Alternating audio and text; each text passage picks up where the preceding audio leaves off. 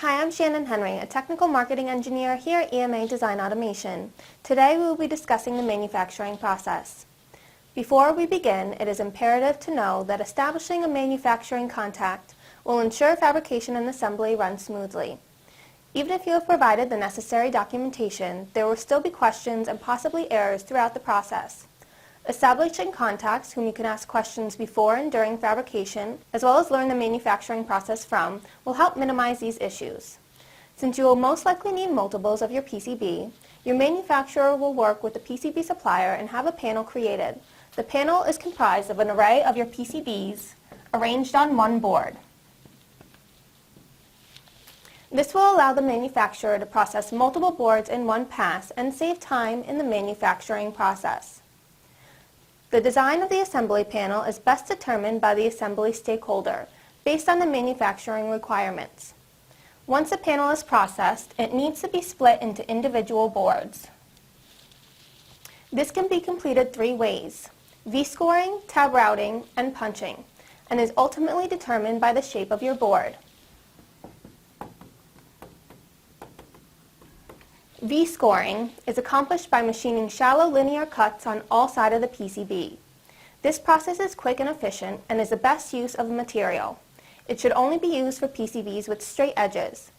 V-scoring leaves a rough, unsealed, low-tolerance surface on the edge of the PCB and is not suitable for very thick PCBs.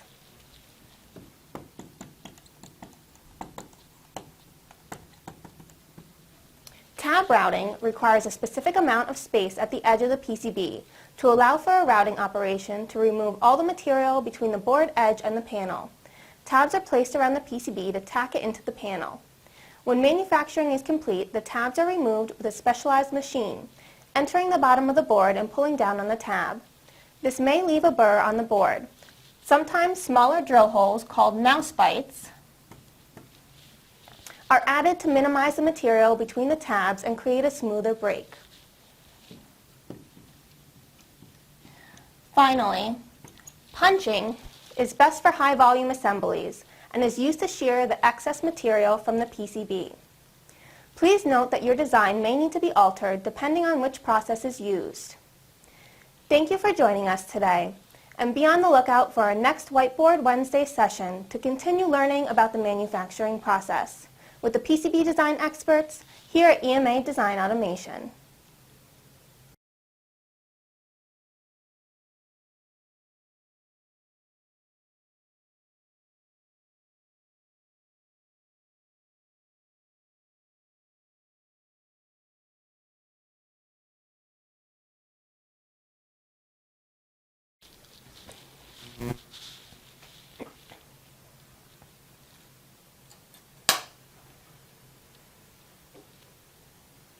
Hi, I'm Shannon Henry, a technical marketing engineer here at EMA Design Automation. Today we will be discussing the manufacturing process. Before we begin, it is imperative to know that establishing a manufacturing contact will ensure fabrication and assembly run smoothly. Even if you have provided the necessary documentation, there will still be questions and possibly errors throughout the process. Establishing contacts whom you can ask questions before and during fabrication, as well as learn the manufacturing process from, will help minimize these issues. Since you will most likely need multiples of your PCB, your manufacturer will work with the PCB supplier and have a panel created. The panel is comprised of an array of your PCBs arranged on one board. This will allow the manufacturer to process multiple boards in one pass and save time in the manufacturing process. The design of the assembly panel is best determined by the assembly stakeholder, based on the manufacturing requirements. Once a panel is processed, it needs to be split into individual boards. This can be completed three ways: V-scoring, tab routing, and punching, and is ultimately determined by the shape of your board.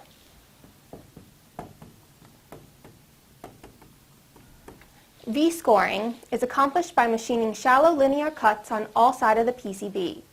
This process is quick and efficient and is the best use of the material. It should only be used for PCBs with straight edges. V-scoring leaves a rough, unsealed, low-tolerance surface on the edge of the PCB and is not suitable for very thick PCBs.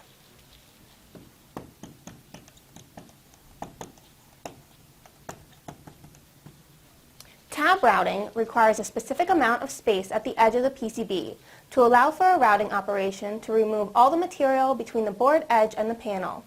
Tabs are placed around the PCB to tack it into the panel. When manufacturing is complete, the tabs are removed with a specialized machine, entering the bottom of the board and pulling down on the tab. This may leave a burr on the board. Sometimes smaller drill holes, called mouse bites,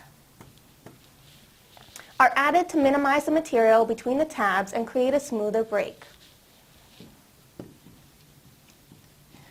Finally, punching is best for high-volume assemblies and is used to shear the excess material from the PCB. Please note that your design may need to be altered depending on which process is used. Thank you for joining us today, and be on the lookout for our next Whiteboard Wednesday session to continue learning about the manufacturing process with the PCB design experts here at EMA Design Automation.